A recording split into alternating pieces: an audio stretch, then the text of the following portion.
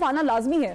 اس وقت آپ اقتدار میں بیٹھے ہوئے ہیں رانا تنویر صاحب, تو مجھے بتائیں کہ یہ کیسے معاملہ حل ہوگا جب آپ سرپرائز کی بات کر رہے ہیں, اور خاص کر کے عطا تارڑ نے جس طرح کہا کہ ہم اسپیکر اور ڈپٹی اسپیکر کے الیکشن میں سرپرائز دیں گے, تو یہ کس قسم کا سرپرائز ہوگا؟ کیا انٹرسٹنگ سرپرائز ہے؟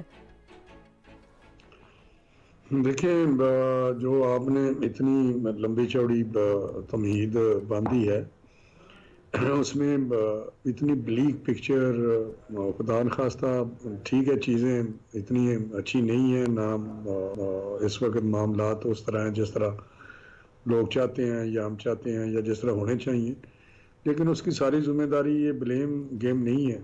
یہ فیکٹ ہے کہ جب پچھلے 3.5 پونے 4 سال کی حکومت رہی, اس میں وہ بتائیں کوئی اکانومی کی ڈائریکشن بتائیں یا گورننس کی بتائیں, کوئی بھی پالیسی یا کوئی بھی سوچ, اس وقت بھی سارا زور صرف وہی ہوتا تھا, ترجمان بٹھا لیے جاتے تھے وہ 20 25 30, اور ان کی ڈیوٹیاں تھیں کہ آپ نے گالیاں نکالنی ہیں اور چور چور کا نعرہ لگانا ہے, اور وہی وہ چنٹنگ ہو رہی تھی اور سارا سلسلہ چل رہا تھا اور اپوزیشن کو دیوار سے لگایا جا رہا تھا.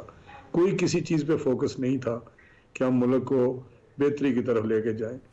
اب جو بھی جتنے بھی کرائسز ہیں وہ اس طرح بڑھ چکے ہیں کہ ان کو ایک ویشیس سرکل میں پھنس گئے ہیں سارے.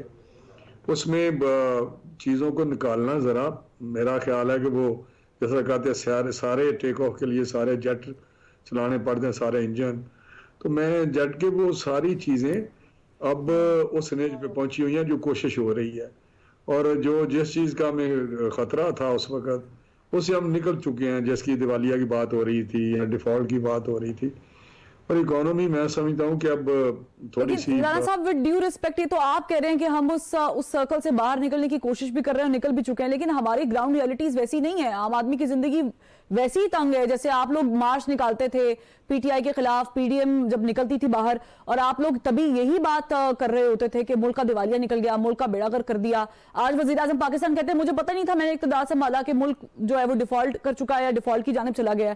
تو آپ لوگوں نے اتنا بڑا رسک لیا, پھر رسک کس لیے لیا؟ اگر آپ لوگوں کو اندازہ تھا کہ پچھلی حکومت نے بیڑا غرق کیا ہوا ہے تو پھر آپ لوگ نہ لیتے, کرنے دیتے انہیں حکومت. نہیں, آپ کی بات درست ہے. وزیر اعظم صاحب نے جو کہا ہے, میں بھی کہتا ہوں کہ یقین کریں جب ہمیں پہلی بریفنگ ملی ہے, جب ہم نے اقتدار سنبھالا, تو اس وقت تو یہی تھا کہ کام خراب کیا ہوا ہے انہوں نے, اور بہت ساری چیزیں جو کرنی چاہیے تھی نہیں کی, اور آئی ایم ایف کے پاس لیٹ گئے, آئی ایم ایف کے ایگریمنٹ انہوں نے غلط کی, کریڈیبلٹی رہی نہیں تھی ہماری, اور گیس کی اگر پرکیور کرنا تھا وہ نہیں کی.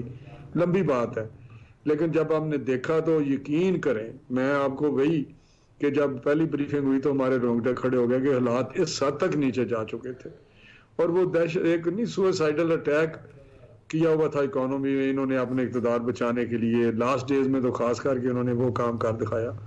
تو میں سمجھتا ہوں کہ یہ چیزیں ساری جب ہم نے دیکھی تو اس کے لیے وہ کمر کسی اور سارے لگے ہوئے ہیں, اور اس میں سے نکل آئے ہیں ہم. جو یہ کہتے تھے جی ڈیفالٹ, ابھی مجھے بتائیں کوئی بھی ذمہ دار رسپانسبل شہری درکنار کے ایک پولیٹیکل لیڈر جو بہت بڑی پارٹی کا لیڈر بھی ہو, وہ اگر کہیں ہم دیوالیہ ہونے جا رہے ہیں یا کوئی نہ آئے, یا تو یا باہر پرائم منسٹر سٹنگ جا کے کہے جب یہ فارمر پرائم منسٹر تھا کہ وہاں پہ تو کرپشن اتنی ہے, وہاں پہ تو سارے چور ہیں, کون انویسٹمنٹ کرے گا.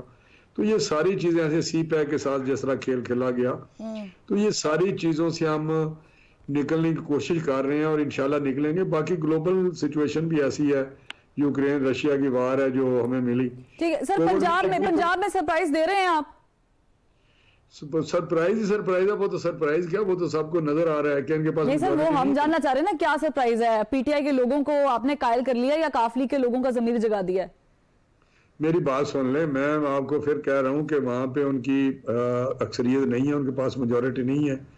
ووٹ آف کانفیڈنس کا کہا, اگر کسی کے پاس ہو تو یہ قانونی بھول بھلیوں میں کوئی نہیں جاتا. وہ تو بانگے دور کہتے آئے میں ووٹ آف کانفیڈنس, یہ ہے 186 کھڑے میرے ساتھ, تو وہ تو اس سے نکل رہے ہیں نا, کبھی ادھر سے نکلتے ہیں, کبھی کہتے ہیں گورنر کا یہ اختیار نہیں تھا, کبھی کہتے ہیں کوئی ہمیں 2 دن نہیں دیے, ہمیں ہمارا تو بندے سنگاپور ہے, ہمارے بندے تو عمرے پہ گئے ہوئے ہیں, ہمارے بندے تو فلاں گئے ہوئے ہیں. تو بھائی اب تو 9 دن ہو گئے ہیں, وہاں سے بلا لو. سر آپ کے اسپیکر بھی بیرون ملک ہیں, وہ بھی استعفے قبول کرنے کے چکر میں نظر نہیں آ رہے. ہمایوں صاحب, وہ آپ ظاہر ہے اس پہ کامنٹ تو کرنا چاہتے ہوں گے,